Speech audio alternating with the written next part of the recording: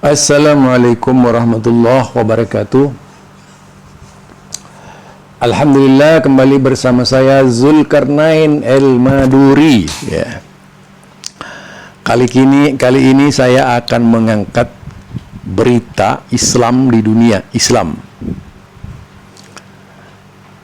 Sudah pasti populasi manusia makin tahun bukan makin kecil tapi makin besar. Dunia akan mengalami perubahan demi perubahan sesuai dengan kemajuan manusia berpikir. Bayangkan dari zaman batu sampai zaman sekarang ini, perkembangan manusia itu ternyata sangat dahsyat, padahal hanya makhluk Allah Subhanahu wa taala. Itu tentu sangat luar biasa. Karena awalnya manusia adalah makhluk yang tidak pernah maju, hingga pada akhirnya makhluk menjadi makhluk yang paling maju di dunia. Dan kita belum tahu secara pasti keberadaan manusia itu apa hanya di dunia atau di luar dunia lain. Ya, seperti mungkin ada dunia lain dalam pengertian bukan dunia hantu. Dunia lain di sini adanya planet-planet yang memiliki kehidupan yang sama, yang mana dipastikan lebih dari puluhan bumi yang ada di alam semesta ini memiliki iklim yang hampir sama dengan bumi. Nah, pada kesempatan kali ini yang akan kita angkat itu berkaitan dengan Islam, perkembangan Islam. Kalau kita lihat perkembangan Islam ini sebagaimana berikut.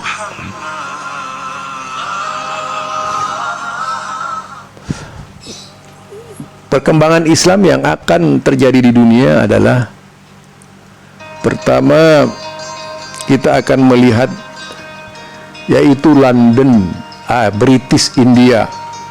British India ini awalnya ranking tertinggi, yaitu tepatnya di tahun 1991, 1901, 19 sampai 07 itu berada di puncak.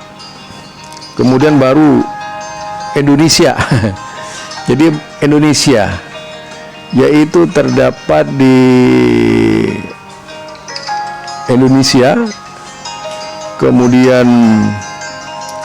Turki, kemudian Iran, kemudian Bangladesh, British Nigeria, Anggaria. Ini juga tidak lepas dari penjajahan Inggris ketika itu ya, wilayah British, sehingga juga ada istilah Sudan British itu.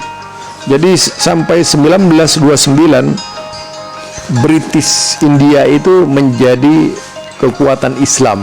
Jadi British ini tidak lepas dari penjajahan British. Kemudian kita juga melihat Uzbek, Afghanistan, Kazakhstan, Uzbek, Iran. Tetapi Indonesia masih pegang peran yang luar biasa. Hingga pada saatnya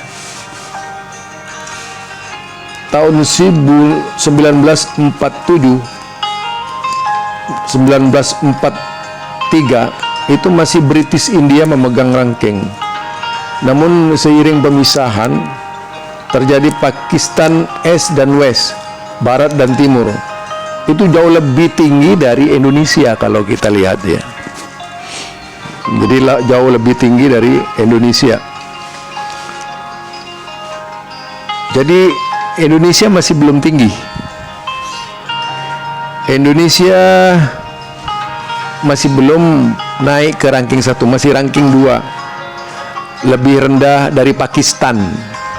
Di tahun 1962, 1968 itu masih Pakistan. Nah, tetapi pada tahun 1971 Indonesia sudah mulai meningkat dia naik ranking tertinggi di dunia ya, dibandingkan dengan Irak dan Iran. Itu negara baru. Makanya kita lihat Indonesia ini digarap karena Indonesia tempat populasi terbesar dan dirancang supaya Indonesia Islam itu rusak image-nya di mata dunia dengan berbagai macam dilakukan upaya-upaya oleh musuh-musuh Islam supaya Islam menjadi jelek. Jadi 1991 Islam di Indonesia sudah mencapai 159 juta. Hingga lagunya Uma Irama keluar 150 juta. Nah itu 98 Indonesia itu 175 juta penduduk Islam itu. Jadi penduduk Islam ya. Kemudian Pakistan itu 158. Tahun 2005 lah Indonesia top religion. 2007 itu top religion gitu, menjadi top religion. Tetapi itu tidak langsung lama mengalami lagi pergeseran, yaitu 2012 Indonesia tetap berada di angka pertama namun sudah mulai bergeser. India menyusul itu tinggi sampai 207, 211. Nah itu ini Pakistan juga dilampaui oleh India ini. Nah tahun 2025 ini 27 Indonesia sudah sama dengan India. Jadi ini yang akan terjadi ya. 2032 India sudah lebih dari Indonesia, mencapai angka tertinggi yaitu sekitar 266 juta. Nah kemudian Pakistan ini berada di ranking ketiga. Nah kemudian Indonesia turun ke ranking ketiga, Pakistan menyusul ke atas. Di bawahnya Indonesia adalah Nigeria ya. Jadi kalau kita lihat Indonesia ini yang berwarna hijau tua ya, hijau tua, hijau setengah tua. Nah kita bisa melihat perubahan-perubahan ini di dunia Islam yang tentu saja kita tidak harapkan ini terjadi, hingga pada saatnya Indonesia itu turun keempat. Dan yang paling tinggi adalah angka di Pakistan, di India, yaitu sampai di atas 350 juta orang umat Islam. Itu di tahun 2065. Jadi pada saat usia-usia yang seperti saya mungkin tidak ada, itu akan mengalami suatu masa di India perkembangan Islam yang sangat dahsyat. Kemungkinan di situ akan juga terjadi gejolak ya di India, yaitu di tahun 2075 Indonesia sudah berada di ranking keempat. Jadi Indonesia ini makin turun saja, dan jumlah Islamnya tidak berubah, yaitu 265 juta. Berarti tidak berubah ya. Entah apa penyebabnya ini di Indonesia. Mungkin karena populasi agama-agama lain dan juga serangan agama-agama lain.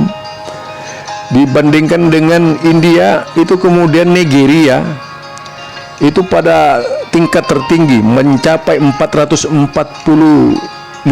Ini di tahun 92. India itu mencapai 540, 555, 566.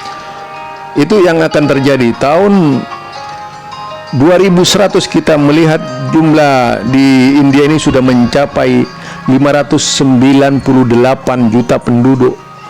Nah, Indonesia itulah yang akan mengalami masa, yaitu masa yang sangat menakutkan ya. Jadi di sini kita bisa mengetahui saudara betapa keberadaan Islam di Indonesia akan mengalami suatu masa yang tidak kita inginkan. Ya tentu itu akibat dari perubahan iklim penduduk yang terjadi di Indonesia, banyaknya murtadin di Indonesia, kemungkinan besar itu. Yang kedua, karena memang pola pengembangan pemikiran Islam di Indonesia ini terlalu sangat ketimuran, berbeda dengan India dan sebagainya. Walaupun kita kenal di India ini bermazhab, kebanyakan bermazhab Hanafiyah, kebanyakan ya, tetapi mereka itu memiliki militansi keislaman yang kuat, dalam pengertian fondasi Islamnya lebih kuat lagi dari Indonesia. Karenanya di tahun 2100 India itu akan menjadi puncak kekuatan Islam di dunia. Bagaimana dengan Indonesia itu? Ya, berada di ranking keempat di dalam berislam. Jadi ada di ranking keempat di dalam beragama Islam ya. Jadi kalau kita lihat di sini adalah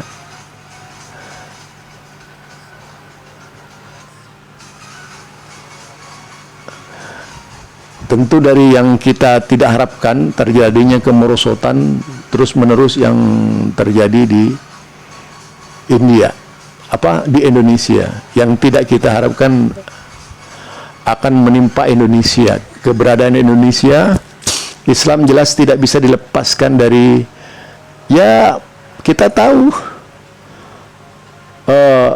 menghargai Islam lebih baik menghargai tradisi itu di Indonesia.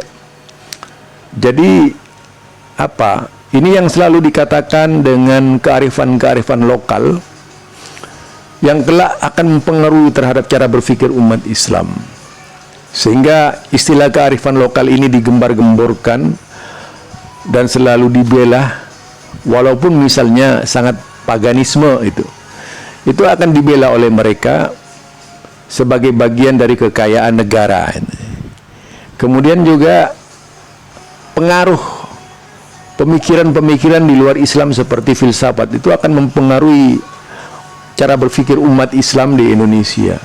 Bid'ah juga sangat mempengaruhi cara berpikir umat Islam di Indonesia, sehingga menghargai Islam itu lebih banyak menghargai bid'ah dan sebagainya. Ini barangkali ya dari apa yang saya sampaikan, tujuannya hanya sekedar sebagai informasi kepada kita sekalian menghadapi kondisi Islam yang tidak kita harapkan. Mudah-mudahan Allah Subhanahu wa taala menyelamatkan kita seluruhnya dari rongrongan keimanan, sehingga kita menjadi orang yang mulai tidak yakin kepada agama. Subhanakallahumma wa bihamdika asyhadu an la ilaha illa anta astaghfiruka wa atubu ilaik. Assalamualaikum warahmatullahi wabarakatuh.